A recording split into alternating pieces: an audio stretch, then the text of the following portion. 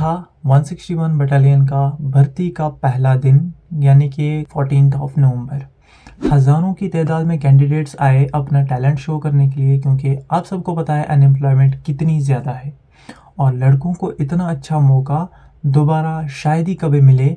इस वजह से हर कोई कैंडिडेट चला आया, चाहे उसकी ग्रेजुएशन थी, चाहे वो 8th पास था, चाहे वो 10th पास था या फिर वो 12th पास था, और कुछ तो पोस्ट ग्रेजुएशन वाले स्टूडेंट्स भी वहाँ पे हाजिर थे। और हर एक कैंडिडेट का सिर्फ वहाँ पे एक ही मोटिव था कि मैं अंदर जा पाऊँ और मैं अपना टैलेंट शो करूँ और मैं हार्डवर्क करके अपनी जगह बनाऊँ फाइनल लिस्ट में, बिना किसी ब्राइब का सहारा लिए और बिना किसी जान पहचान का सहारा लिए। सबसे पहला गोल था काश हम अंदर जा पाएँ, क्योंकि इतनी भीड़ थी, इतने सारे लड़के आए हुए थे। फिर आता है मार्च 2025, जब हमारा रिजल्ट आता है, फाइनल लिस्ट आउट हो जाती है। जितने भी लड़के अंदर गए थे, जिन लोगों ने अपना मेडिकल करवाया उसमें पास हुए, रिटर्न दिया उसमें पास हुए, स्क्रीनिंग एप्टीट्यूड टेस्ट हुआ उसमें पास हुए, और उसके बाद निकली फाइनल लिस्ट। और फाइनल लिस्ट निकलते ही कुछ ही दिनों में बवाल मच गया, और इतना ज़्यादा बवाल मच गया कि खबरें हर जगह फैलने लग गई कि टेरिटोरियल आर्मी में कैंडिडेट्स के साथ स्कैम हुआ। और अगर स्कैम की बात करें तो सबसे ज़्यादा जो नाम गूंज रहा है वो गूंज रहा है सिर्फ 2 यूनिट्स का, 156 पंजाब एंड 161 गांटामुला बारामूला। ये खबरें कितनी सच थी कितनी झूठ थी, इसी के बारे में हम आज बात करने वाले हैं in detail, full explanation and some examples. तो वीडियो को एंड तक जरूर देखना। अगर आप चैनल पर नए हो तो चैनल को सब्सक्राइब कर लेना। वीडियो अगर आपको जरा सी भी इंफॉर्मेटिव लगे, वीडियो से आपको जरा सी भी नॉलेज हो, तो इस वाली वीडियो को लाइक ज़रूर करना। और आने वाली टीए भर्ती के जो भी अपडेट्स होंगे, जो भी वीडियोस होंगे, जो भी कुछ मटेरियल वगैरह होगा, इस वाले चैनल पर शेयर होगा, तो चैनल को सब्सक्राइब ज़रूर करके रखना। उस भीड़ में मैं भी शामिल था, मेरे कुछ दोस्त भी शामिल थे, मेरे कुछ कोलीग्स भी शामिल थे, बल्कि हर उस कैंडिडेट के अंदर जो अंदर गया था, इतनी भीड़ को फाड़ के, इतना स्ट्रगल करके, जो जिसने ग्राउंड निकाला, जिसने मेडिकल निकाला, उसके अंदर एक अलग ही जुनून था। रिटन एग्जामिनेशन के बाद लड़कों को एक और एग्जामिनेशन के लिए बुलाया जाता है, जो कि था स्क्रीनिंग एप्टीट्यूड वाइवा टेस्ट। उसमें बहुत सारे लड़कों के डाउट भी थे, हमारे भी डाउट थे कि क्या ये इस टेस्ट के मार्क्स फाइनल लिस्ट में ऐड होंगे या नहीं। देखो, फाइनल लिस्ट की बात करें तो फाइनल लिस्ट सिर्फ 2 चीज़ों पे निकली हुई है, एक फिजिकल, दूसरा रिटन एग्जामिनेशन। अब आप सबके मन में एक ही सवाल होगा कि अगर फिजिकल और रिटन एग्जामिनेशन पे फाइनल लिस्ट तैयार हुई है, फिर स्क्रीनिंग एप्टीट्यूड और वाइवा क्यों लिया गया था? वो टेस्ट इसलिए लिए गए थे ताकि वो कैंडिडेट की मेंटल एबिलिटी को चेक कर पाएँ, कैंडिडेट का जो दिमाग है वो किस तरह से काम करता है, कैंडिडेट का जो दिमाग है वो किस सिचुएशन में किस तरह सोचता है, वो सारी चीज़ों को चेक करने के लिए इन लोगों ने वो 3 से 4 टेस्ट रखे थे। अब बात करते हैं हम डायरेक्टली स्कैम हुआ या फिर नहीं हुआ। इसका सीधा सा जवाब है स्कैम हुआ है। आप लोगों ने न्यूज़ में देखा होगा जब 156 पंजाब बटालियन के लड़के रोड्स पे निकल के आए थे, प्रोटेस्ट कर रहे थे, और उन लोगों ने कोर्ट केस भी किया था, इसलिए क्योंकि वहाँ पे जो मेरिट लिस्ट बनी थी उसमें बहुत ज़्यादा स्कैम हुआ था। किस बेसिस पे हुआ था? क्योंकि वहाँ पे जो लड़के सिलेक्ट हुए थे, किसी का ग्राउंड गुड में था वो सिलेक्ट था, और जो एक्सीलेंट वाले थे उनकी सिलेक्शन नहीं हुई थी। जिन लड़कों के रिटर्न में बहुत कम मार्क्स थे वो लड़के सिलेक्ट हुए थे, लेकिन जिन लड़कों के बहुत अच्छे मार्क्स थे वो लड़के सिलेक्ट नहीं हुए हैं। अगर हम ओवरऑल की बात करें तो 200 में से कट ऑफ लगा था, तो जिन लड़कों के पास 140, 130, 150 मार्क्स थे वो बंदे सिलेक्ट हुए थे। लेकिन जो रोड्स पे जिन बंदों को आपने देखा, वो बंदे वो लड़के थे जिनके पास 180 प्लस का स्कोर था, और कुछ लड़के ऐसे थे जिनके पास 190 प्लस का स्कोर था, and still they were not in the list. ऐसा कैसे पॉसिबल है?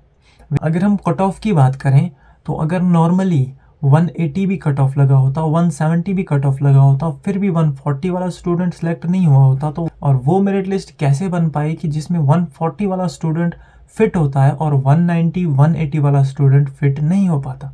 इस बात से तो साफ साफ नज़र आता है कि देयर वॉज ए स्कैम। और ये कोई छोटा मोटा स्कैम नहीं था, ये बहुत बड़ा घोटाला, यानी कि बहुत बड़ा स्कैम हुआ था।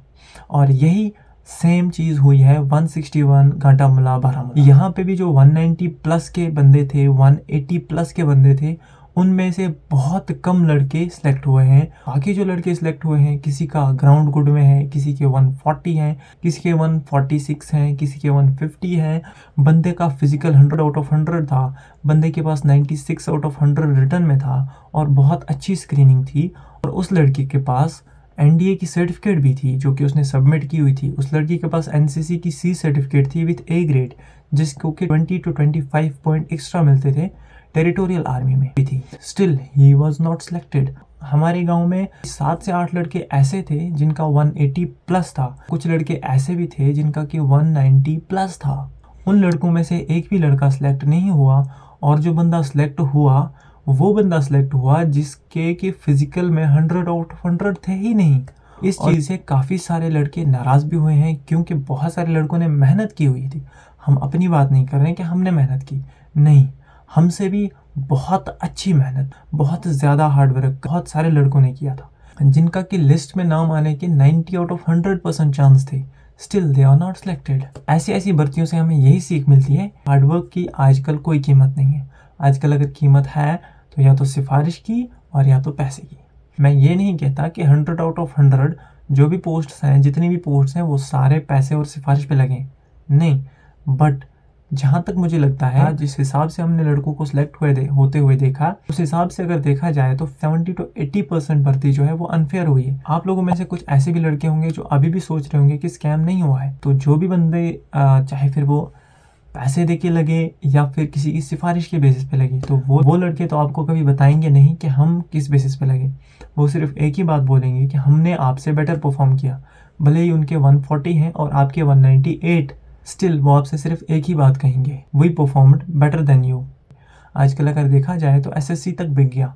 नीट के पेपर्स लीक होते हैं, जेडब्ल्यू के पेपर्स लीक होते हैं, कितने बड़े बड़े डिपार्टमेंट्स के पेपर लीक होते हैं, उनमें इतने बड़े बड़े स्कैम्स होते हैं। तो हम टेरिटोरियल आर्मी को क्या ही ब्लेम करें, लेकिन इतना बड़ा स्कैम बहुत गलत होता है, क्योंकि लड़कों की ज़िंदगियों के साथ खेलना कोई आम बात नहीं होती है।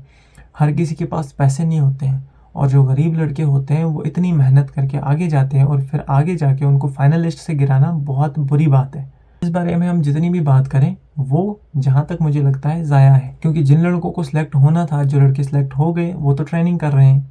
तो अब हम कितनी भी कोशिश कर लें, हम उनको वापस नहीं बुला सकते और हम उनकी जगह खुद नहीं ले सकते, और ना ही हमें कोई ऑर्डर लेटर हमारा पता ढूंढते हुए हमारे घर तक आएगा। तो हमारे पास जितनी भी इन्फॉर्मेशन थी हमने आपको प्रोवाइड की। और रही बात स्कैम की, तो स्कैम रियली हुआ है। और ये वीडियो मैं इतनी लेट इसलिए बना रहा हूँ क्योंकि मैं यही कुछ कंफर्म कर रहा था, कुछ चीज़ें कंफर्म कर रहा था कि क्या रियली में ऐसा हुआ है। यही पता चलता है कि टीए आर्मी में स्कैम हुआ है और किस तरह क्या हुआ है, ये मैंने आप सबको बता दिया। अगर आपको ये वाली वीडियो ज़रा सी भी पसंद आई, ज़रा सी भी इन्फॉर्मेटिव लगी, तो इस वाले वीडियो को एक लाइक करना, चैनल पर नए हो तो सब्सक्राइब ज़रूर करना। नेक्स्ट भर्ती होने वाली है टेरिटोरियल आर्मी की, उसके रिलेटेड हम पूरा कंटेंट इस वाले चैनल पर अपलोड करने जा रहे हैं। तो इस वाले चैनल को आप ज़रूर से सब्सक्राइब करके रखना। तो फिलहाल के लिए इस वाले वीडियो को करते हैं इधर ही समाप्त। मिलते हैं आपसे अगली वीडियो में।